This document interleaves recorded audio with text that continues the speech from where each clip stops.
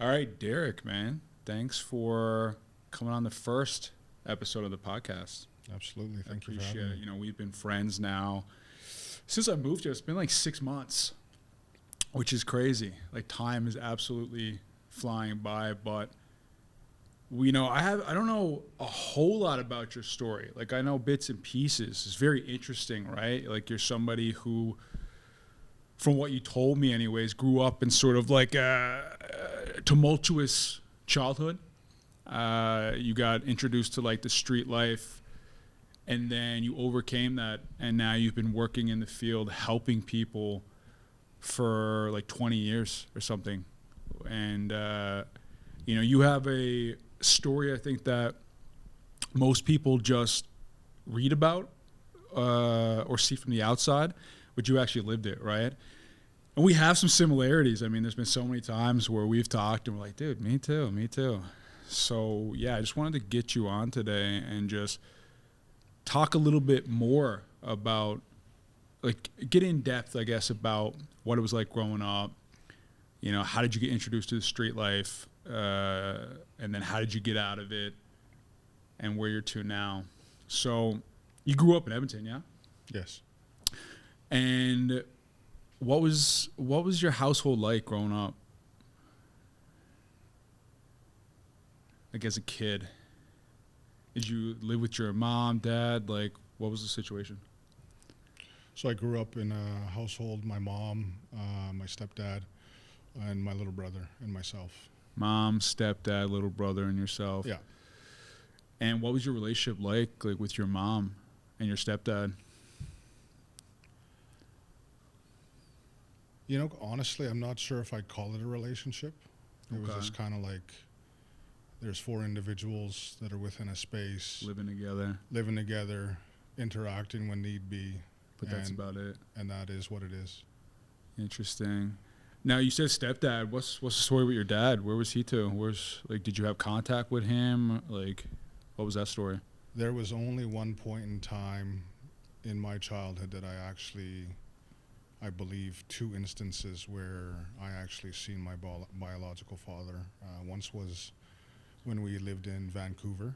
Okay, you lived in Vancouver? Yeah, Oh, sick. yeah, I've still yet to go. yeah. It's beautiful. I gotta go, man. Love it. Gotta go. And then secondary time was when we moved back from Vancouver to Edmonton and started staying with relatives in a small community north of Edmonton called Mornville. Okay. Him and my mom had, I guess, falling out, if you will. And that was pretty much the last time I seen him.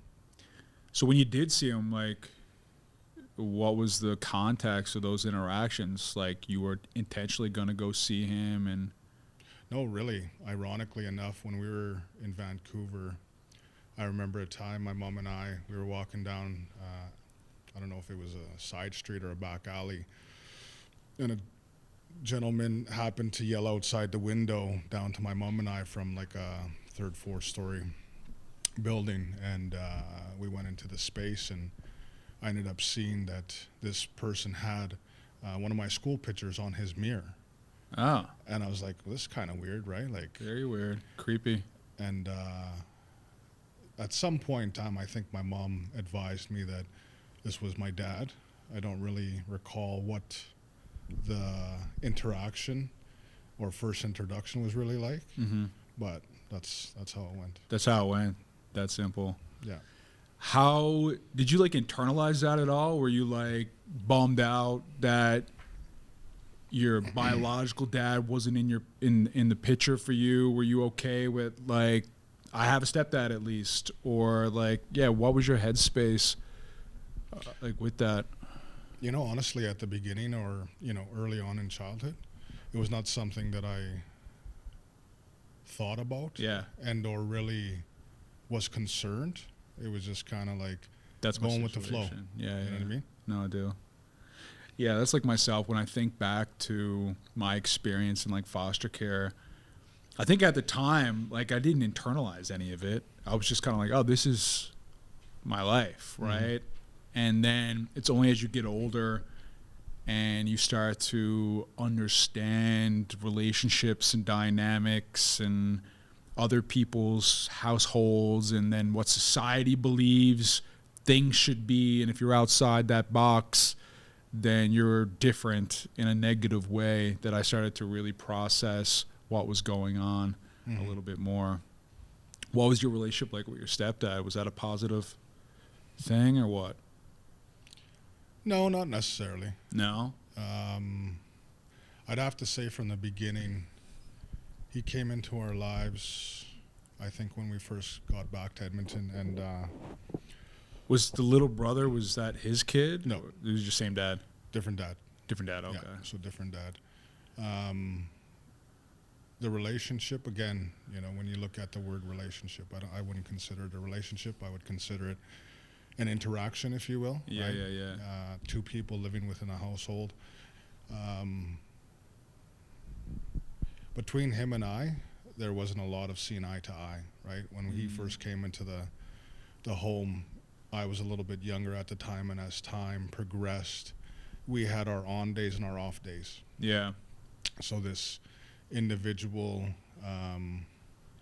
was a very hardworking individual, very on point with, you know, his work ethic and how he carried himself. But behind the scenes, there was a lot of, I'd say at the time, mental health, addiction, stuff like that. So he was always of the mindset of, okay, if you're not going to go to school, you're going to go to work. So, I think that's like a generational thing too, Yeah. man. Like I hear, like my stepdad, who, you know, passed away long ago, but he was also that mentality. Like, you go, you grind at work, you come home, leave me the fuck alone. Yeah. And like very authoritarian. I mean, I think when he was a kid, like, especially in Newfoundland where I grew up, man, there was a lot of like, school is there, and like, sure, yeah, you should go to school, but also work is kind of important. And like, child labor laws haven't evolved to protect young children. So I mean, like, you see a lot of people quit school, I need money, I got to support my family, worked, and then they grew up in that sort of environment with that sort of mentality. So I'm not surprised to hear that. And like you said, mental health and addictions, that wasn't really like talked about like it is today, right? So some things that probably would have been identified a lot earlier and dealt with kind of got swept under the rug. And I'm sure that, you know, the whole idea of masculinity, provider, that sort of stuff, you know, maybe was something that he was inflicted with as well, right? Some of that mentality. What was the relationship between like him and your mom? I remember you telling me it was like kind of chaotic at times. Yeah, chaotic's a good word. Yeah. I think the relationship between two individuals like them, you know, Monday to Thursday, it was homemaker, husband, you know, here, I'll get up in the morning just before you leave for work, I'll prepare your lunch, your meals, you know, make sure you're content and you know, you have everything you need going to work.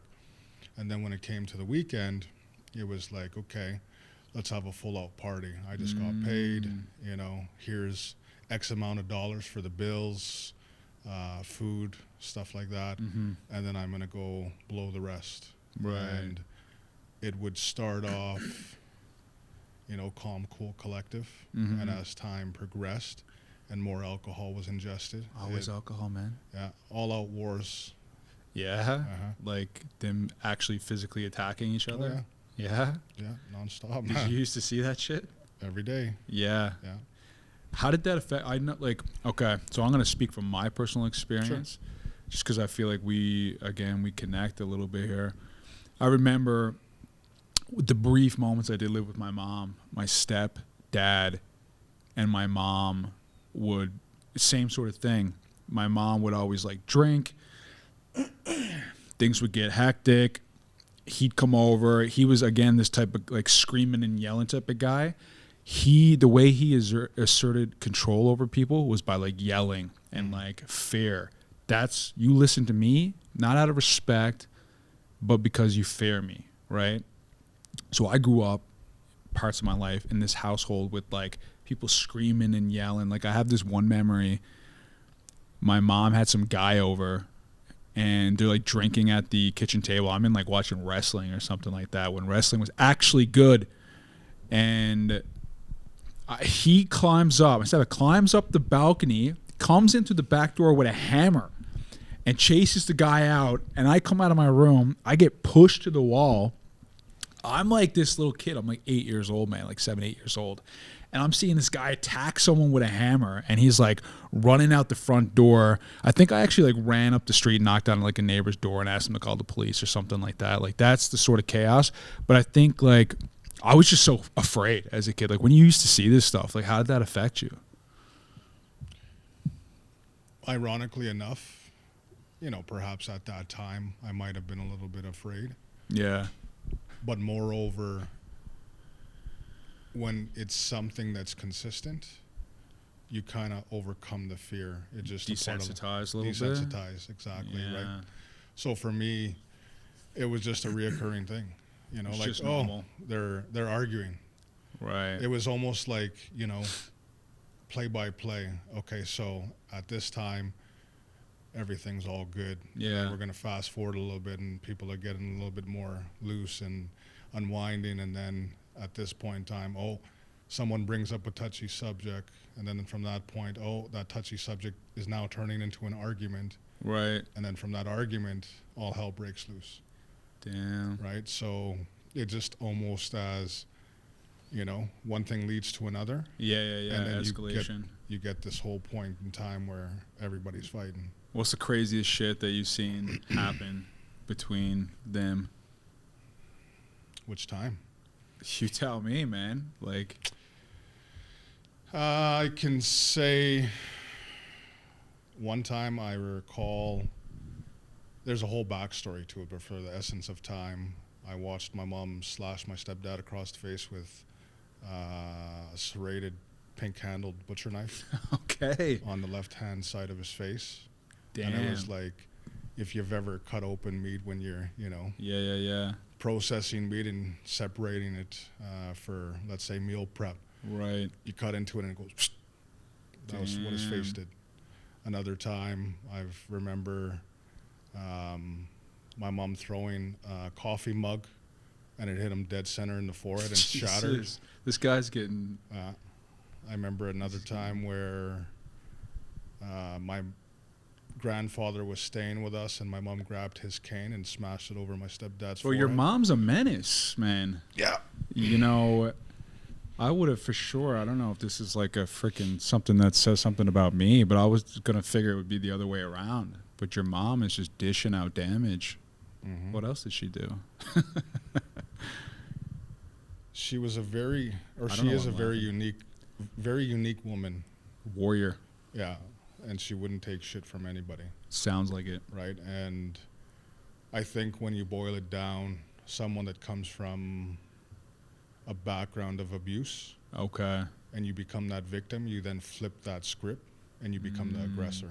That victim offender overlap, if you will, right? No, 100%. And going back to my stepdad, he was somebody who, as a kid, his dad used to beat the shit out of him. Yeah. And he was like repeating that cycle almost. Not that he would beat the shit out of his kids, but just like that aggression.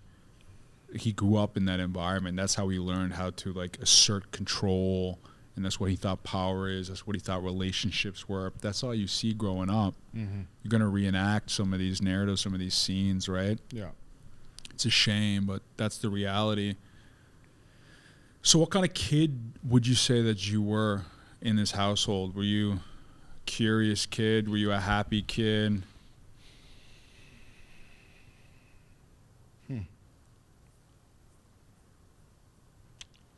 It's hard to say, to be honest with you. Like, I'm trying to think back about how I was as a young person. Mm-hmm. I think I was just someone that was trying to make it through day by day. And were you going to school? Yeah. You're going to school? Yeah. So at what point did you get involved with like street life, gangs? Like what point did you get introduced to that lifestyle? Like how old were you? Because it sounds like although you were growing up in this tumultuous environment, like you were still going to school, you were doing your thing. At what point did things turn?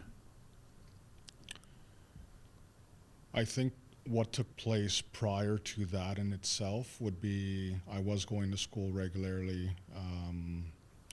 School was not too far from our residence at the time. I'd go to school, you know, and I've said this before on other, you know, interviews or instances where these questions were being asked. I would leave home to go to school to get some type of normalcy, to leave the environment that I was in continuously and go into a different space, not for the essence of trying to learn or educate myself. It was to just get away. Yeah, exactly, right? Damn. So within, you know, grade school, I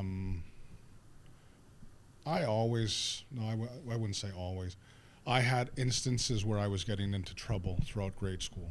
So like fights, stuff like that? Fights, stealing, suspensions, you know, different things like that. And when I went into junior high, from junior high, I would say up until grade 9 and getting expelled the second day of grade 9, I then went to an alternative school. And then at that alternative school, it was kind of like an alternative program, life skills, different things like that, employment. But also on the flip side, it was educational based. Okay. So morning I would do the life skills program, afternoon I would do the educational component, and I was doing well. I was, you know, getting good grades, and well, aside from good grades, even in, you know, grade school, I was a good student, even though I still got into trouble here and there. It wasn't until I went to that alternative school after or during grade 9 that once I finished that program, I went into, I guess, high school alternative classes.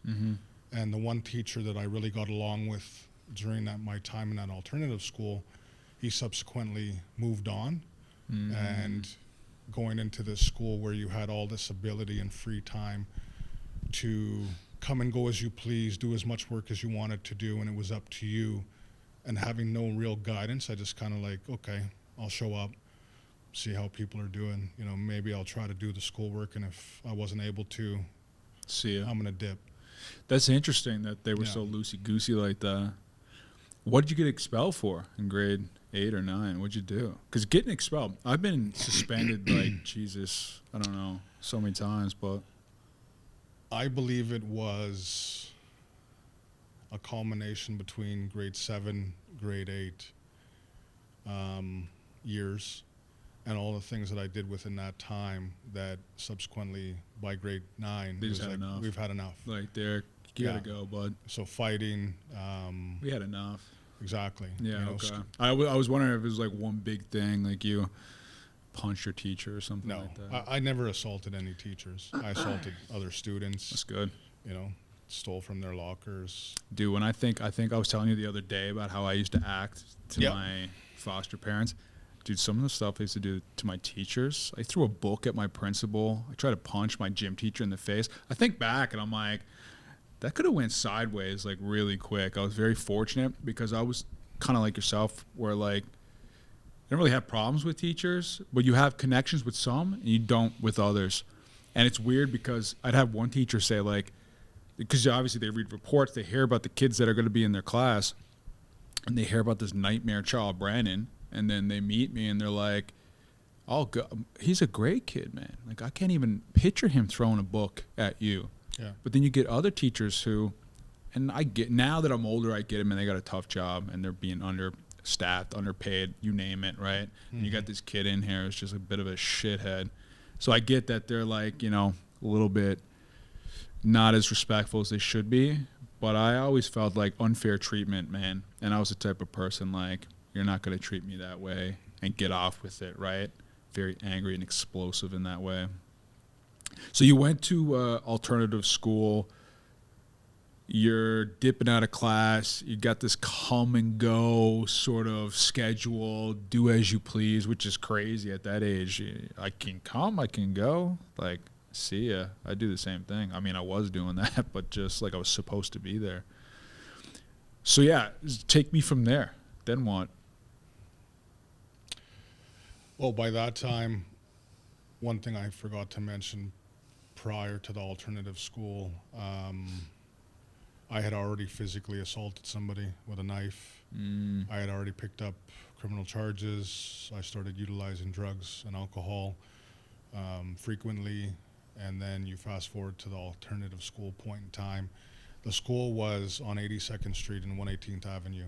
And if anyone is familiar with Edmonton, it's quite a transient area. A lot of high addictions, mental health, a lot of criminal activity, stuff like that. And that was where the alternative school was. And, Classic. Exactly. So when you leave class or, you go and you leave the building, you start Opportunities Exactly. for trouble, yeah. That's wild. You often see that, man. Like, some of the most necessary services for people are in the most, like, entrenched areas. I don't know if those services create those areas or it's vice versa or it's, like, a combination of both. I always said, like, there should be little pockets throughout the city or something where, like, there's an option to go somewhere else if need be. How many times you run into someone and they're looking for housing and they're like, if only I just lived outside the city, man, things would be great. But some of the options are limited and they're stuck in this, like, cyclical environment. All right, so you assaulted somebody, you picked up charges, you said? Yep. And did that result in, like, jail time or anything for those specific charges? Or because, like, I would assume you're going to jab someone with a knife, No, ironically enough. They just let you go? I ended up getting probation. That's crazy. And that was my first interaction. How old were you the at youth that criminal point? justice system, 14. 14, you jab someone and then they let you go. Community dance. And then That's very lucky. it was, I think, within a half an inch to the left or the right, he would have been dead. That's wild to me that they just let you off for probation. Was it because, like, no criminal history or No what? criminal history. You got very lucky. Did you feel lucky? Or were you just in that mindset, like, I don't give a shit? I wouldn't say I was in a mindset of I didn't give a shit. It was, how would I describe it? I didn't understand the dynamics of the youth criminal justice system, nor did I understand the extent of what I had done. Right. Because keep in mind that that's what I was experiencing at home on a regular basis. That's true, To me, yes, police would come. Yes, there may or may not be someone being arrested and led away and taken to jail, but they always got out. Right. You see what I'm saying? So Yeah. to me at that point in time, it was, again, that normalcy, right? If that's happening at home and I'm doing that out into the community, how am I supposed to know any different whether that's right or wrong? Yeah, and I think that... Naive. I would call it naive. Yeah. I was naive or misinformed, right? Well, like you said, you just didn't know any different. Yeah. And I think that a lot of people, if they had a close call like that with the criminal justice system, that would be a wake-up call for them. They'll say, geez, man, I almost went to jail. I almost killed somebody. But for you, like you said, this was everyday life. Like, you never had that separation between what could have been and what was, because it all was, by the sounds of it. Yeah, I'd say so. And one of the things that became very apparent to me early on is the world is very cruel, or the people around you that you interact with can be very cruel. As I had said, I left home during hours of, let's say, 9 to 3 to go to school. And going to school, I wasn't accepted there either. Whether it was by a certain group of young people or if it was the teachers because I didn't fit their, square mold because I was a triangle. And it was like going into class. And I guess I created a reputation for myself, understanding that, if I did certain things, I could get kicked out of class and go sit in the hallway. And then I wouldn't have to go to class and I could go around the school and do whatever. So for me, looking at that, I would do things on purpose to get into class, where it got to the point, in my mind, I didn't really do much besides crack a smile, and my teacher would literally just point. You gotta go. And I'd be out. I always say all the cool kids are the ones who had their desks in the hall. They're the kids that I get along with the most. So the question remains, the kids that didn't have desks, what category would you put them in? Losers, obviously. Yeah, probably, because all I got is a carpet, Yeah. All right, so you picked up those criminal charges. You're in and out of class. How'd you get introduced to, like, the gang lifestyle? Or, like, where does it go from there, I guess? I don't even know if you're at that point in this story or not, but... I'm finding that there's bits and pieces I've been skipping over, and as we continue to discuss this... You're getting old, man. You got dementia. I know, man. That's What I'm saying. What can I say, There's only so much I can keep in my mind. I've lived like That's two right. or three lifetimes You compared think to about some me people. about 80% of the time, and then the other 20%, you're trying to Well, piece it's hard together not your to, life. right? Like, you're a really swell guy. Thank you. And I find you... I'm your role model. I find you extraordinary. Thank I really you. do. Right back at you. Thank you. So just before the alternative school, when I was expelled from the second day of grade 9, I actually went and transferred to Parkdale Elementary School and Junior High, where the building is occupied now by Bentero Traditional Healing Society. So that's where I ended up going. And when I was there in grade 9, I continued my behavior and my attitude. And you had said earlier that, you had done things to your teacher. And I said, oh, I never did anything like that. I threw a piece of crumpled up paper at my grade 9 teacher and ended Unreal. up getting expelled from there too. Oh, wow. From paper? Yeah, which at that time it was Pretty low bar. considered assault.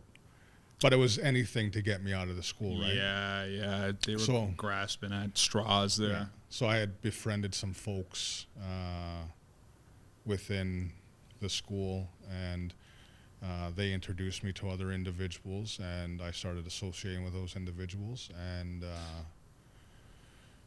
it was like-minded young people.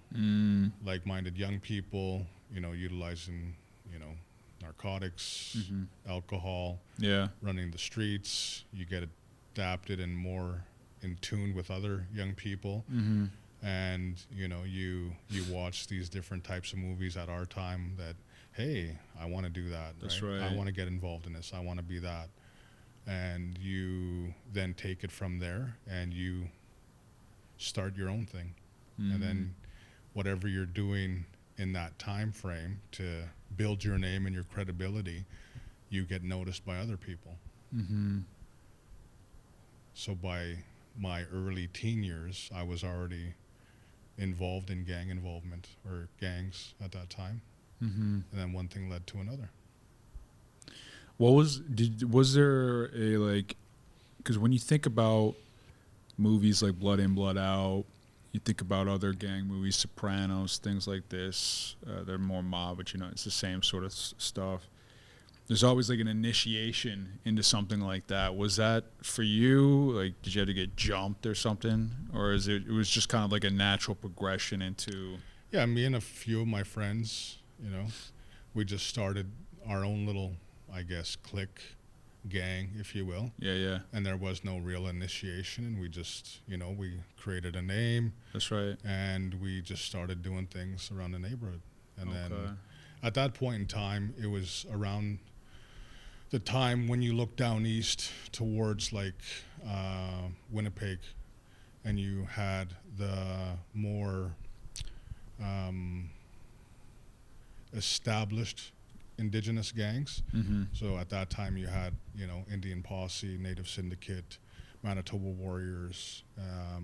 Around that time as well, you had Red Alert within the city of Edmonton. And in the 90s, you had a penitentiary down east that actually thought that dispersing active gang members within correctional facilities and dispersing them out to different institutions around the country would primarily weaken them. However, that only enhanced their reach to other, Yeah. Indigenous males, if you will. That's right. And some of the people that I had become familiar and associated with had relatives that were in one of the street gangs down east, and they had been transferred to the Edmonton institution. Okay. And those individuals ended up getting released into Edmonton, which then created an opportunity to start recruiting. Right. So obviously, this individual's relative connects with him, then he connects with people he knows, they connect with other people, kind of like a spider web, if you will. Yeah. And then it was New Year's Eve, and we were, having a New Year's Eve party, and How old were you? I think I was like 15, 15, yeah. 16, something Okay. like that. And we were asked to join, at that time, one of the 4 Indigenous street gangs in Canada, and we all agreed. My buddies and I that had started that smaller group at the time, Mm-hmm. and there you go. When you agreed what was the benefit of this? What did the gang lifestyle do for you? What needs did it meet?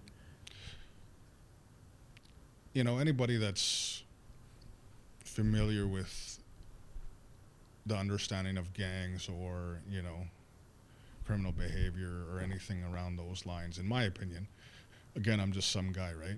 There's not a lot that I know, and there's things I'm still learning. But when I look at it, for me as an individual, it was about the connection. It was about, hey, I'm a part of something. Yeah. Because keeping in mind, as a young person within my household, You weren't getting that. I didn't get that. Yeah. Right. And I think that's something that people don't realize, right? On the other side of behavior, there's needs that are going unmet. And you look at some of these gangs, groups, whatever, you're getting that connection, you're getting protection, financial security. In a lot of ways, the lifestyle's fun, right? You're meeting all these needs that are being unmet elsewhere. So for me, and I'm sure for you too, you look at young people these days, joining gang, whatever it is, and it makes sense, right? I shake my head. I was like, yeah, I could see why that's happening, Mm-hmm. right? Look at their life, man. You're telling me you do something different in that situation? Very alluring. It can be, and, even now I think about it to myself where it's like, okay, when you look at gang involvement or individuals that want to join gangs, if I go back to my time, again, it wasn't apparent to me that these are the reasons that I was looking to join this group. Right. Right? You give something a name, does it make it something different? You know what I mean? Yeah. Where it was a group of like-minded individuals. Yeah, Majority of them were Indigenous males. right. And we had a name, we had a color, and you run with it. That's right. And for other, circumstances, you are rivals of other folks Mm-hmm. with names and colors. Mm-hmm. But really, why are you involved in this? Well, again, it wasn't something that I chose to join because I was looking for acceptance or Sure. family. It was, hey, these are my friends, That's right. and this is the decision that we want to make. Yeah. And now we're the same group of guys that know more guys, but we have a color and we have a name. Right. You have something that's your own. Yeah. Yeah. I think, it's me psychoanalyzing just the whole thing. It's like growing up feeling powerlessness, right? And then all of a sudden you have an opportunity to be someone, to be something, to be part of something bigger than yourself. That's very attractive for a young person, especially at 15, 16 years old, when, you're going through all sorts of changes, your body, your life, transitioning from, that's the time when people kind of graduate school, and so that's a really tumultuous time as it is, right? So as somebody who was inside that lifestyle, for people who look on the outside, they look in, how did it differ in your expectations of once you were in there, and like, what was that like for you? What kind of stuff were you getting up to, and was there like, yeah, did it not? It obviously didn't jive for you at some point, but like initially, how did it? What was it like, and when did it change? And if that makes sense. I don't know. That's okay. I can decipher your Picking up what I'm laying down. Absolutely. All right, cool.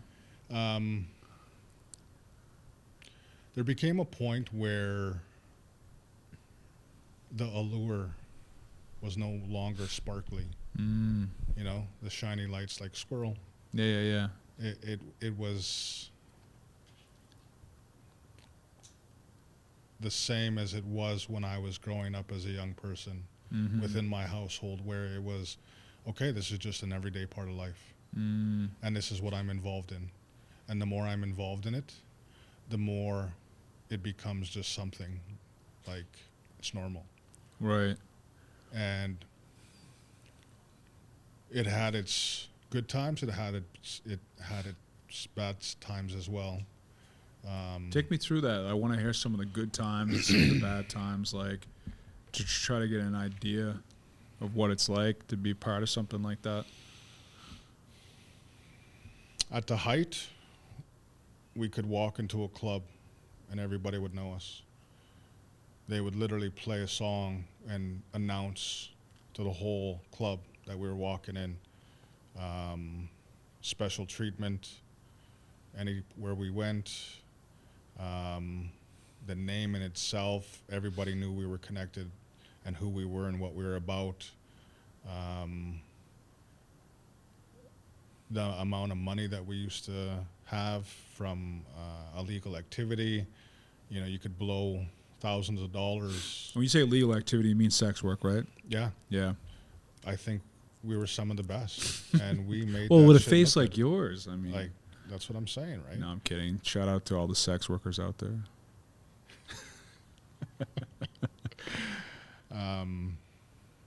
Totally threw me off. No, okay. You were in the clubs. People start recognizing you got all this money. You're having a good time. I think when you look at it, status versus stature, that's a way I could put it. What do you mean by that? However you want to decipher that. Riddles. Absolutely. Nice. That's all what right. life is. It's a one I'll big think riddle. about that one as I'm I know going you're to going bed to. tonight. You are. And you're going to come to work, on Tuesday, and you're like, hey, I got it. And I'm going to be like, absolutely. Yeah, and you're going to bring that slow-cooked ham. Absolutely. All right, cool. Yeah. Nobody knows what we're talking about. That's okay. So, all right. So those are some of the good times, and my experience with like hustling and stuff like that. A lot of the same things. Not to that degree, but you got the jewelry. You're going out to restaurants. You're hanging out at clubs. Camaraderie. People know who you are. It feels good. Mm-hmm. From somebody who came from nothing to actually feeling like you're something now. Mm-hmm. It feels good. Mm-hmm. And I think that a lot of people don't take that into account when they think about some of these snapshots of street life, right? Is that there's an element of like fun and just enjoying life, right? It's a lot of the same stuff that other people do, but it was just so out of reach when you were young, right? Eating at these fine restaurants, wearing this big gold chain, and you're seeing it on TV, you're hearing it in rap songs. Like, you want to be like that, and then you have an opportunity to take it, and a little shortcut here and there. It's hard to turn down. Mm-hmm. So take me through some of like the bad times. Obviously, there was times where you're like, this is not it, man. The bad times, Yeah. I'd say the unexpected situations. Always having to be on point. Like watching your back, you mean? Yeah, watching your back. Getting caught slipping. You could jump before? Not necessarily got jumped, no. No, that's good. I've been stabbed multiple times, though, at separate occasions. How many times have you been stabbed? 4. 4 times. Yeah. I've had both my lungs punctured. Jesus. Yeah, separate situations. I've been stabbed in my right arm twice, separate situations. You know, the constant on edge, the constant, you know, am I going to get, you know, arrested? Am I going to get caught slipping to the point where, you know, something happens, I don't come back? Yeah. You know, there was this one time, 2 instances, a rival gang that we had. Me, my buddy, his girlfriend, and my girlfriend at the time were just driving down Yellowhead Trail. And all of a sudden, 3 carloads rolled up on us. Jesus. And sure as shit, they could have started shooting. They didn't, but they wanted us to know that they caught us slipping. That they could have. Yeah. Another time, that same group rolled up to a house that we all frequented and stayed at. Mm-hmm. And again, carloads. And there's kids in the front yard, and they just wanted us to know. That their presence was known. Yeah. So running outside and grabbing the kids in the yard because anything could go down and Could taking pop off. those kids, you know what I mean? So instances like that where... Close calls. Yeah, the close calls were the ones that were Yeah. like, okay, now you start thinking. Right. It was never about the violence. It was never about instances, whatever happened to me, whether, you know, the countless times going inside and coming out. It was a revolving door. It was a revolving cycle. Mm. The addictions became more prevalent, you know. Yeah, so what were you? Were you drinking heavily, using stimulants, Everything and depressants, anything. whatever you can get your hands on? Yeah. Damn. Yeah. That's tough. So, take me through the first time you got arrested and went to jail. What was that experience like for you? Because a lot of people in society. Are we talking as a young offender, or are we talking? No, we're talking about adult prisons. So the first, like, real serious, because that's the purpose of prisons and jails is deterrence, right? A lot of people hear about that and they're like, I don't want to go there, so I'm not going to do these activities because this is not where I want to be. So your headspace going into your first adult correctional system, what was that like? Again, when you boil it down to the instances that we've talked about throughout this conversation, you don't really think about it. It just You part weren't of, it just nervous? part, Did you know people in there? Yeah. Okay, so you knew that you were going and you knew people, you were good. it was just part of the gig, right? It was part of the lifestyle. Yeah. You go in, do your time, and you get out. And you get out. So it was never about, oh no, I'm in jail. It was like, okay, here we are. We Make just, the this best is of part it. of the plan. Exactly. Yeah. Damn. Well, I guess it helped that you actually knew people, you were connected, so there wasn't this element of like fear, I guess. Yeah. I will say this though. Being inside, I had an interaction with someone that significantly changed my life. Tell me more. I won't go into the specifics of how he came in, but I ended up getting a roommate, and he was an intravenous drug user. When he first came in, I think for the first week or two, he slept every day, all day. You know, to Sounds the point about right. where you have to check on this guy to make sure he's still breathing, okay, he's still yeah. alive, right? But once he, I guess, straightened out and, you know, started to be, I guess, his normal self, Yeah. we'd have conversation, we'd play cards, you know, and just shoot the shit. Somehow, some way, we got onto the topic of just life in general. And this individual, again, don't quote me word for word, but something along the lines of, you know, did I wake up one day and say to myself that I'm going to be a crackhead? Did I wake up one day that I said I'm going to be a junkie? He's like, no. I used to be just a normal individual, just like anybody else. And somewhere along the lines, I fell on hard times, and one hard time led to another hard time. And then that just became who I was, what I was, and how I lived my life. And he's like, for a young guy like you, it's only a matter of time. If you look at everything that you're going through and everything that you've told me, you know, just about how I was raised and the things I had went through, He's like, maybe one day you're me. Maybe in 10, 20 years, you're me. And he's like, but you have an opportunity to make that change and do something better with your life. And that was probably the first time for me that I actually started thinking, I wonder what I could do. I wonder what I could be. I wonder where I could go. And I, to this day, don't remember his name. I still remember what he looks like. It was the first and last time I ever seen him. Wow. Yeah. Yeah, any spiritual people out there probably think that that person was put in your life to help guide you in a more positive direction. Whatever he said, man, got through to me. Sometimes that's all it takes is like one conversation, something to just like flick that switch. And it's funny because it takes like a certain person, a certain circumstance, everything has to align. Because I'm sure you probably come across people in the past who've said something to you and you kind of just brush them off.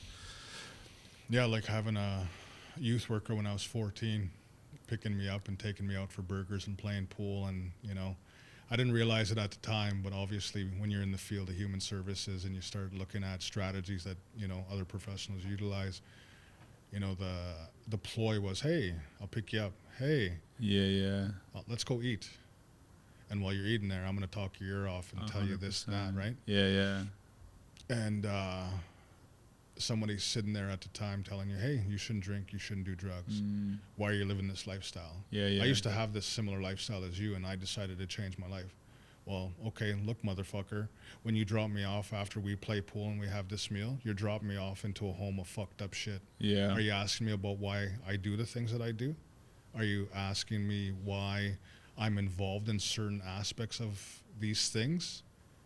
You're not asking me what's happening at my home. You're not asking me what I'm enduring in that space. You're just trying to make this understanding to make yourself feel better. Like you did your job by telling me you shouldn't drink and you shouldn't do drugs. And ultimately enough, that was one of the reasons connected to the story I just told you about the guy inside that I kind of molded together and said to myself when I did straighten out, I would never be that person to tell another individual, you shouldn't do this, you shouldn't do that. Because I don't know their story. Yeah, that doesn't work, man. I think that's something great that I've noticed in you when we do talk to youth together. Like the first thing we say is like, listen, we're not here to tell you what to do. Like this is completely voluntary. You want us to leave? We're gone. See you later. And I always make that clear too, right? And it's oftentimes, I mean, change is only going to come if somebody else wants it, right? And it's oftentimes you're having a conversation and you hear something that they're saying that they want to change. You just build off of that. But yeah, the strategy of being like, you should do this, you should do that. Like, you don't know me, dude. My life isn't your life. You're never going to understand, especially if that individual just has like a degree, grew up in a, you know, white picket fence home, all this and that. I mean, I remember when I was forced to go to anger management for like 5-6 years, man. Hated it. Used to go to counselor to counselor to counselor. They couldn't connect me with anybody. And I would tell them, like, you're making me more angry by sending me to anger management. Because I'm sat across from someone and be like, oh, how do you cope with that, sir? How do you cope with that? How do you think I cope with it, man? I freak out, I lash out, I do whatever. And I used to hate that because it just wasn't a natural setting. It didn't work for me. And it's not going to work for everybody else. So, yeah, I totally get that. So what I hear you saying is it was more of a reaction than a response. Absolutely. Absolutely. Yeah. It's understandable. Totally, man. Totally. Tell me more. This is about you. We'll do me later. This is about us. True. We're in this together. Absolutely. Yeah. All right. So let's fast forward. We're thinking about changing our life around. And but you're involved in this gang. And from my superficial knowledge of that lifestyle, you can't just hand in your resignation letter. Go, hey guys, I'm actually good. I'm gonna go out. I'm good. See you later. Like, that's not how it works. At least in my knowledge, I'm ignorant when it comes to this. So how did that process come about where you thought like, okay, I'm gonna leave this lifestyle behind Like, did you think it was going to be problematic? I mean, did anything happen that was problematic? Yeah. Take me through that.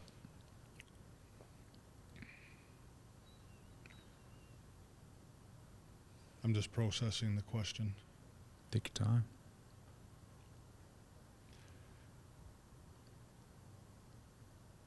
So the situation that arose that led me to depart from, being in a gang came along the lines of certain individuals didn't want us to continue being within this gang, and kind of said, okay, these folks that I initially got involved with in the gang, the group of friends that we started our own little clique, if you will, our own little gang. Yeah, yeah. We were asked, we were basically told that we were done. Why? Different instances, different circumstances. Different lines of thinking, like. Yeah, when you tell someone, hey, we're going in a different direction, and you're like, okay, sounds good. And then they decide to go in that direction, and you're no longer in tune with that direction, so you're like, okay. And you just go down your own path now. So it sounds like it wasn't very dramatic. It was kind of just it was dramatic. I'm just being very, whatever you want to call it. Selective. No problem. Yeah. Right? No, I understand. Now, with that being said, that was a blessing in disguise. Right. Were you upset at the time?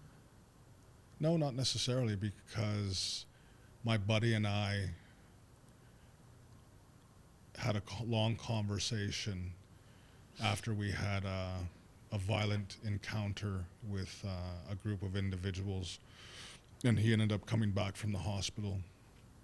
And we just started conversating about, okay, this is what we're doing, this is how we're doing it, this is why we're doing it. Do we want to continue to do it? Mm-hmm. And, a very meaningful, intentional conversation of how we were, moving forward in our lives. Mm-hmm. That same old cycle, that recycled day by day. Right. And getting to a point where it's like, you know what? I don't think I want to do this anymore. And when you align that with, folks going in different directions, and you're like, okay, well, I'm not really feeling it not feeling that anymore. You then, make your way and you go down your own path. So what was that path? Because I would assume, you didn't have any education behind you. You dropped out of school, basically. Your work experience was at clubs, hanging out with the boys, and, other various criminal activity. So where does one go when they leave? Did you have somebody in your life that was able to, help guide you in a direction? Did you, what were your thoughts about, okay, what's my other avenue? In the beginning, I didn't really have anybody, right? I went to go stay with my mom. And sorry to cut you off, I think that you have to leave. If you're going to leave that lifestyle alone, one thing that I see when I interact with youth is negative associates. They tell me all the time while they're inside or while they're, thinking about some of the stuff that we were just talking about, I got to get away from certain individuals, because it's when I surround myself with them, that's when I'm drawn into this chaotic lifestyle. But they find it really difficult. So, and I know from my experience sort of the same thing, man. When I started turning my life around, I had to cut a lot of people out, man. And that meant very lonely nights. And so, yeah, just with that context. So when I departed from the lifestyle, I started staying with my mom in the area where the alternative school was, 118th Avenue and whatnot.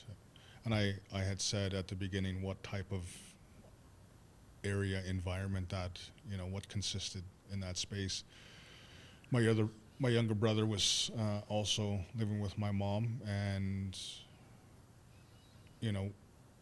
there was one instance where we were going at the time to Blockbuster Video. Love Blockbuster Video, Blockbuster man. Video. Good times. Yeah. there's a small hole in my heart right now for Blockbuster Video. I mean, we could spend an hour on that alone. I believe it, right? So we're going to Blockbuster Video, and at that time, no money. You know, you ain't got nothing. You're taking the bus. So we go to a local transit space to catch the bus to Blockbuster. And I run into some guys that I used to associate with, and they're intoxicated, and, you know, they start up on me. And they are not happy, they're upset, they, you know, approach me, and I'm like, hey, you know, it is what it is. You know, I'm sober, I'm not under the influence of anything, and it's like, if you guys got to do what you got to do, that's fine. But I'm not going to stand here while you do that. And my brother was, you know, younger at the time. And, you know, one guy, whatever, tried to do this. Me as an individual that said, I'm going to do what I need to do. I did what I needed to do. And we got on the bus. Went to Blockbuster Video, rented some games, some videos, went back to my mom's. From that point in time, we both, my brother and I, ended up joining a youth employment program. And in this youth employment program, you know, your basic, let's say 32-week program, 6 months, whatever. I started learning different skills. I started interacting with more positive people. And ironically enough, Bentero Traditional Healing Society was where I took that life skill employment program.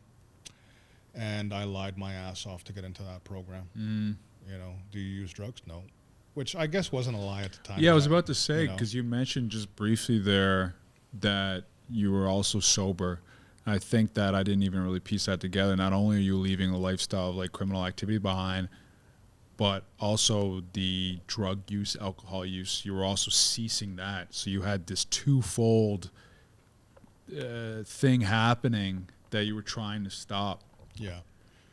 So I lied my ass off to get into this program. Like I said, I started learning new things, and opportunities started to present themselves, like being able to partake on the acting and development of HIV video for Indigenous youth. Okay. And I was the male lead on that video, and from that video, what the purpose was taking that video to Indigenous communities across And educate them? Educating them on HIV. And that video then led into another opportunity for a gang documentary. And then with that gang documentary, that led into the development of a gang intervention and prevention program. So. Okay, so it sounds like this employment program or youth program, that was like the catalyst for a lot of positive things, or at least it provided a somewhat direction in like possibilities, because you were starting to get opportunities that you didn't have before. I wouldn't disagree with that. Yeah. But I think, again, I say this humbly, and I guess maybe when you say something along those lines by saying I say this humbly, maybe it's not being humble. Whatever, tomato, tomato. It also had to do with me because I showed up, that I decided to go to this thing. And yes, the opportunities were there, but it was whether or not I was willing to take those opportunities. 100%. And willing to, I guess, agree to what was being laid out to me as part of those opportunities, right? And you know, with the videos that I was doing, one thing led to the next, if you will. Yeah. And if anybody wants to check that documentary out, it's on YouTube. And it's called Gang Aftermath, right? He hates me right now. I like it, dude. It's actually a really good documentary, and I think it's very eye-opening as well. And it's kind of cool to watch you in your journey and in trying to navigate some of these things. And it's also very strange for me because I met you 20 years later as this professional who I, you know, deeply respect. And then I see you as like a little guy wearing your salt and pepper hat and in a whole different light. It was actually very unique. But in that documentary, actually, there was like a mentor or something that you had. Did you meet him around this time of employment programs and like? Yeah. Because he seemed, and I'm not trying to speak for you, he seemed pretty instrumental, I guess, or you played a part at least in your growth, I guess. So when I joined that pre-employment program, I had heard of an individual with similar experiences as and ironically enough, one of the facilitators of that program actually knew this individual and ended up getting us in contact with one another. And he was already doing some of the work in regards to helping people leave the lifestyle and, different things like that. So him and I became, very close. He assisted me with getting connected to an elder, which then led me being connected to culture and ceremony as an Indigenous person. And that was never something prior to this time that was in your life at all? Like even your parents, they weren't into that at all? So when you look at the things that are, what's the word I'm looking for? When you look at residential school, 60s scoop, and things of that nature, I knew nothing of that. Of the history. Or the history as an Indigenous person growing up in Edmonton. It wasn't until way later when I became a professional that I started becoming more familiar and educating myself with those different types of things. And by connecting with this individual and getting more in tune with culture and ceremony for me, I'd say pretty much saved my life. Really? Yeah. Wow. So the different things that I was involved in relation to culture and ceremony, it transformed my way of thinking on how I seen things and the different things that I experienced.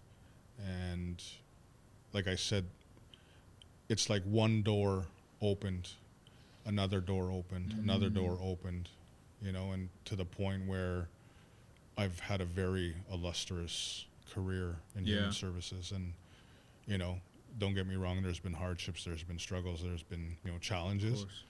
But at the end of the day, it's been really something that I hold dear to my heart, if you will. Yeah. So I'm curious to know, as an Indigenous man growing up without culture being a part of your life, what were your thoughts about being Indigenous? Like you knew you had a label on you. You had what they call a marked identity. And when I say they, I'm talking about like sociologists and people of that nature, where you had an identity.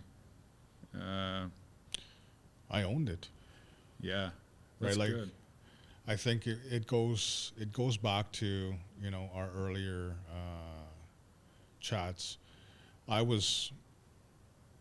Did I understand what it meant to be Indigenous? No. Do I even understand what it means to be Indigenous now? Maybe, maybe not. Mm-hmm. But do I understand what it means to be, for me? I think somewhat, right? But I look at it as I'm learning every day. And when I go back to when I went into junior high, I remember there was this one time where I put some graffiti on the outside of the school wall that I was going to. Mm-hmm. And what I had put on there was Native Justice. And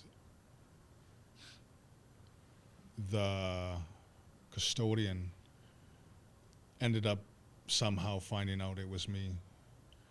Long story short, he basically said to me, he's like, this is not Native Justice. He wasn't Indigenous, but he's like, this is not a form of Native Justice. And again, I don't know exactly what he said, but it was a very eye-opening moment. So, trying to be something and trying to understand who I was, even at that point in time, you know what I mean? It was almost like if you look at the base of my life, I was always trying to be involved in something, to be, I guess, just a part of something. Yeah. I kind of went off topic there. No, it makes, you know what I mean? I totally get that. That's interesting. All right, so you took your career, man, and you traveled around Canada, like initially, I guess, and just told your story. And kind of like what you were saying today, I would assume, and trying to... What was the purpose of that? Just try to illuminate what people with similar backgrounds go through? Is that a positive experience for you? Because I have very limited experience with sharing my story in front of crowds, but I get very emotional, and I find it difficult at times to share that. How was that experience for you? You seem like a pretty stoic guy. Well, when you look at the documentary Gang Aftermath, when you so kindly gave it a shout out on YouTube, I'm not a fan of it. You don't like it? No, I'm not a fan. And it's not that I'm not a fan of the messaging. It's not that I'm not a fan of the way it was presented or developed. You got to keep in mind, or you choose to. That was right at the beginning for me, and I think that's not who I am anymore. Of course, and I guess from a personal standpoint, I don't want people that watch that to get the wrong inclination of, oh, look at this guy, he's full of himself. And again, right? Has there been times from that video that have produced opportunities for me? Absolutely. I've went all across Canada telling my story. And by telling my story, my hope is that some way, shape, or form I've connected with someone. And again, do I know that I have? Yes, I know I have. I've had people come up to me. I've had people yell out in the audience. I've met a lot of great people that I probably at that time wouldn't have been rubbing elbows with, if you will. However, when I look at everything that has produced, it's given me an opportunity to mold myself to be the individual that I want to be, whether that's a professional, whether that's just an individual. And the reason why I chose to do what I chose to do, it was, well, what else am I going to do? Because at the beginning, it's like, well, I don't know nothing about being a professional. I don't know anything. I didn't even know human services was a thing. Right.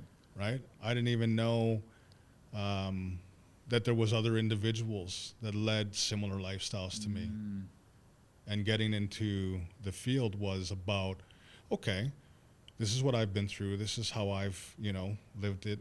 And these are some of the things that I've done. Maybe by sharing that with other people, I might be able to, help guide them and walk beside them in that time where they're struggling with those similar instances, right?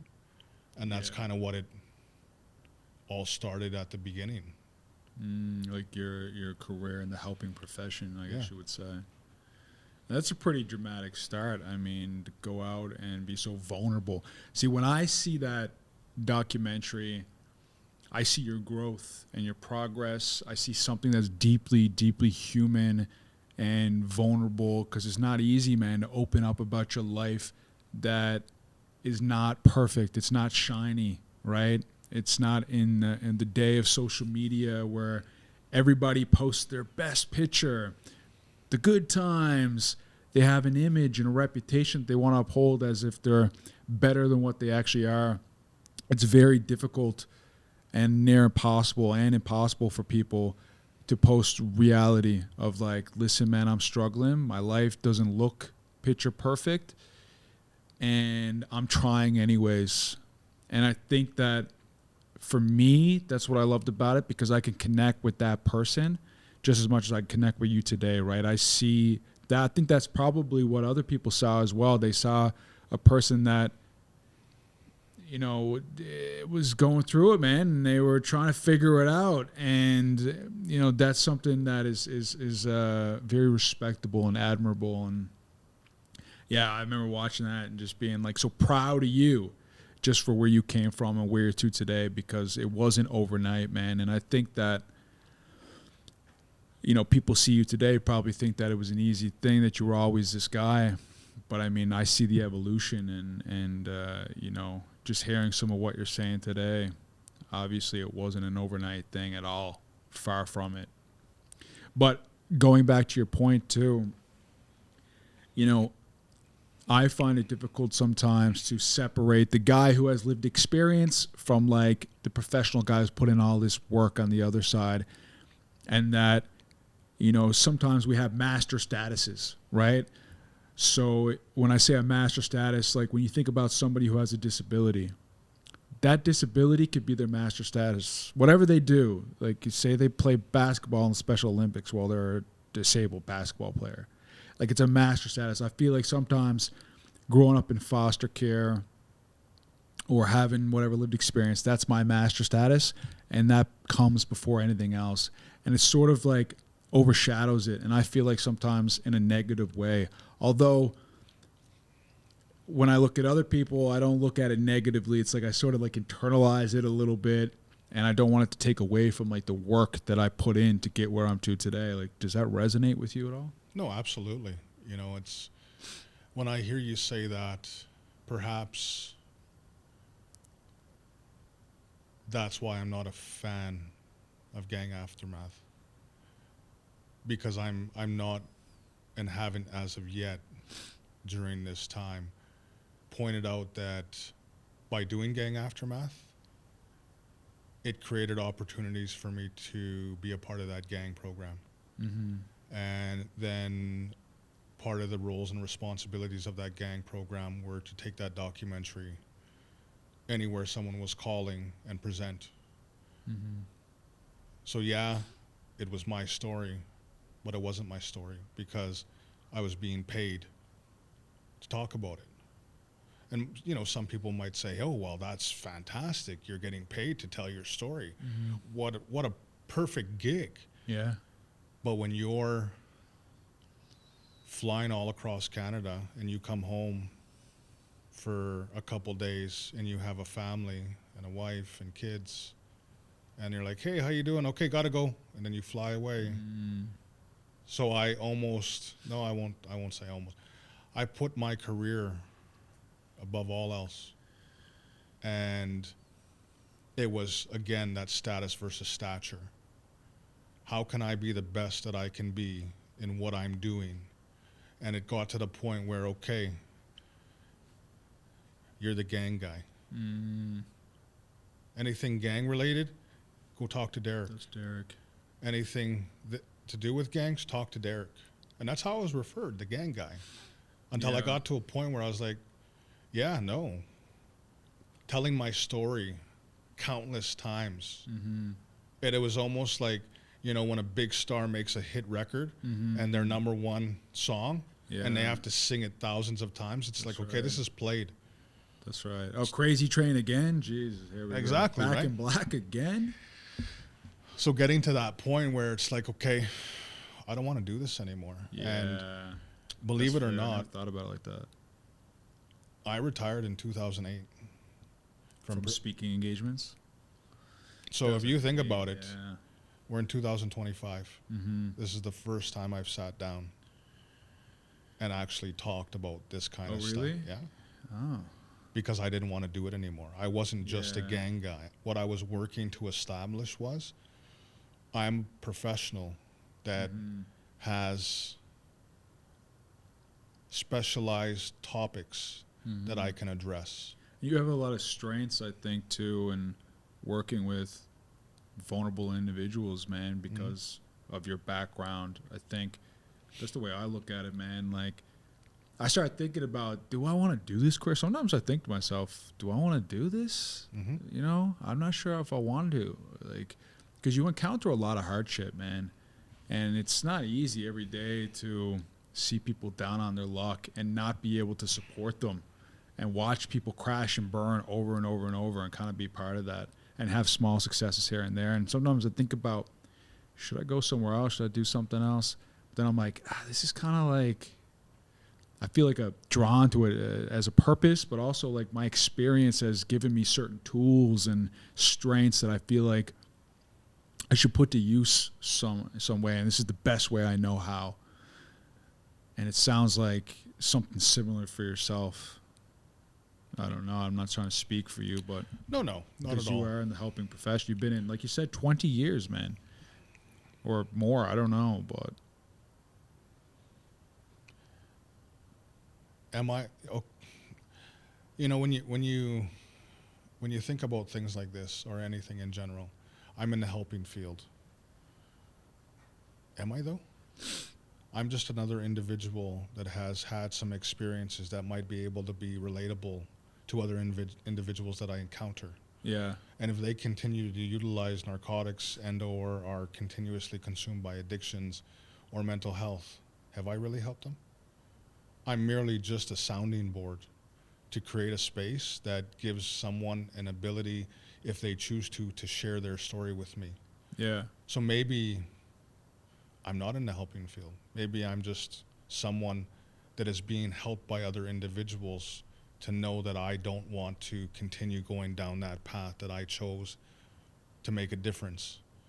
Because as an Indigenous person, some people could say, oh, Indigenous people are drunks, they're alcoholics, they live this way, all these things that have happened to them.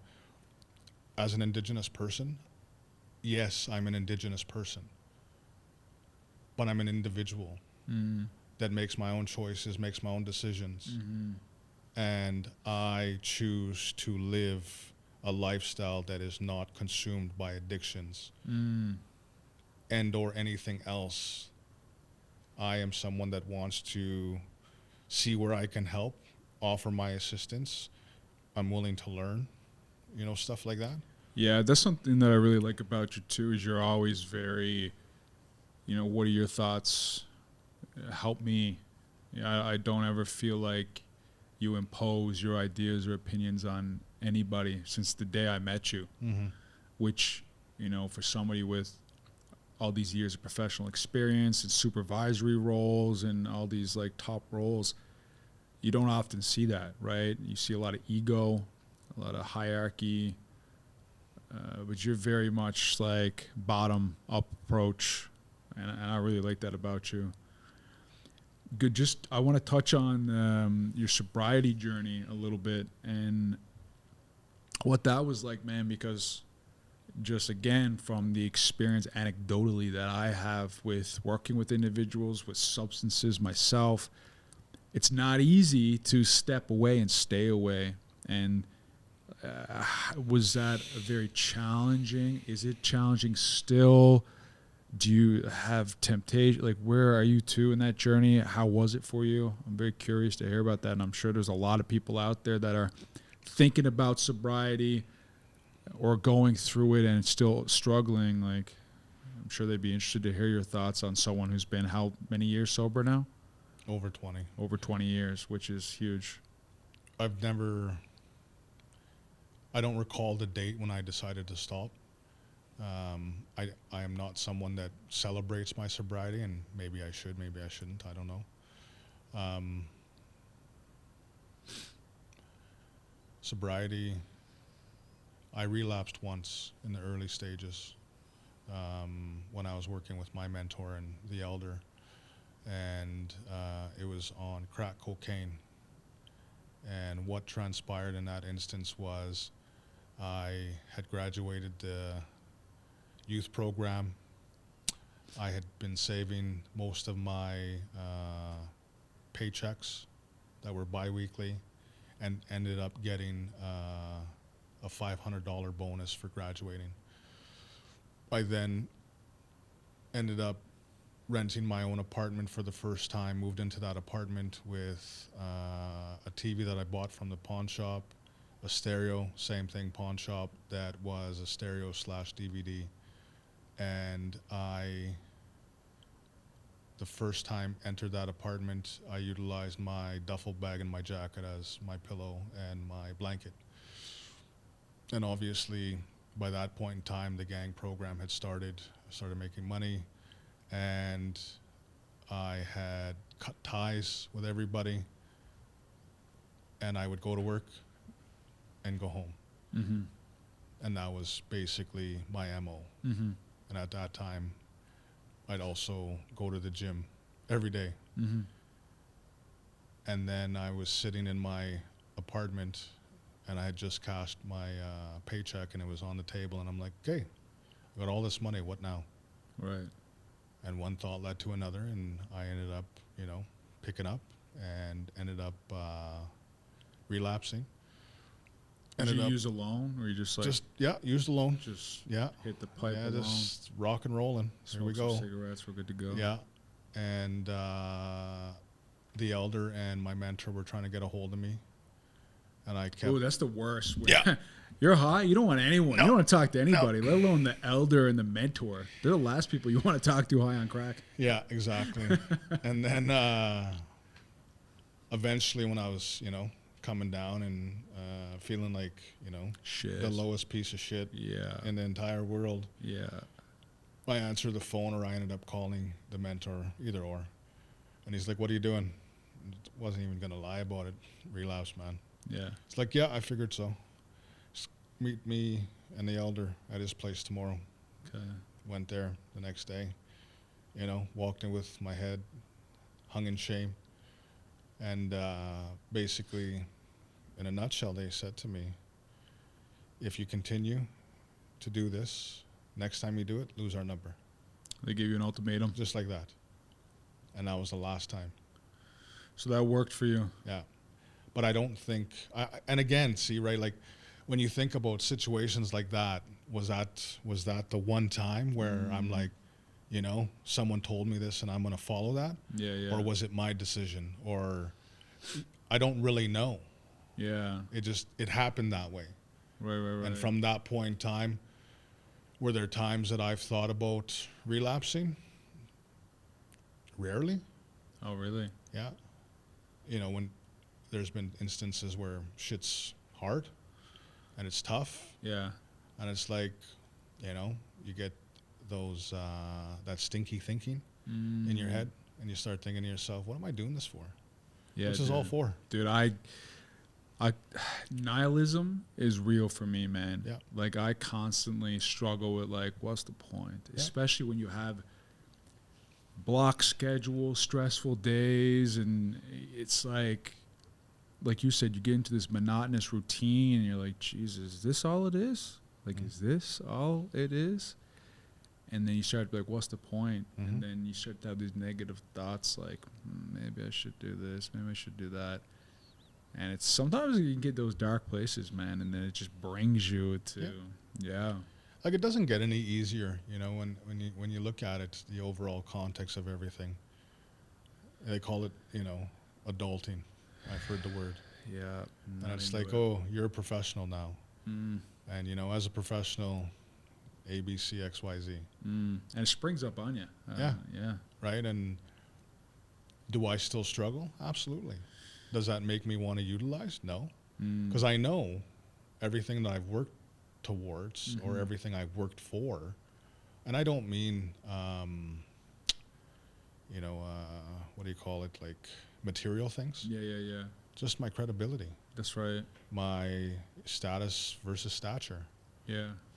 The people I've met, would I let them down? Probably, but that's not why I choose to stay sober. Yeah. I have children. I have a wife. I owe it to myself.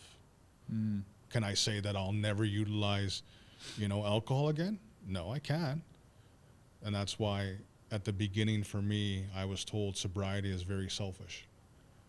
And I have discontinued relationships, distanced relationships with people because I'm number one. I need to choose me. Yeah. And there's times where I'm still learning on how to do that. How to do that, yeah. Because in the helping field, it's all about, okay, what can I do? Yeah. How can I support somebody? you? Yeah. Or a rough day at work, holy shit. You know what I mean? Yeah, no, that's true. So it's like a one day at a time sort of mentality. 99% of the time I used to say one day at a time. That's at a time. But I came across an individual that was a friend of mine, or is a friend of mine, and he's like, no, not one day, 1 minute. So do I always live by that? Not necessarily.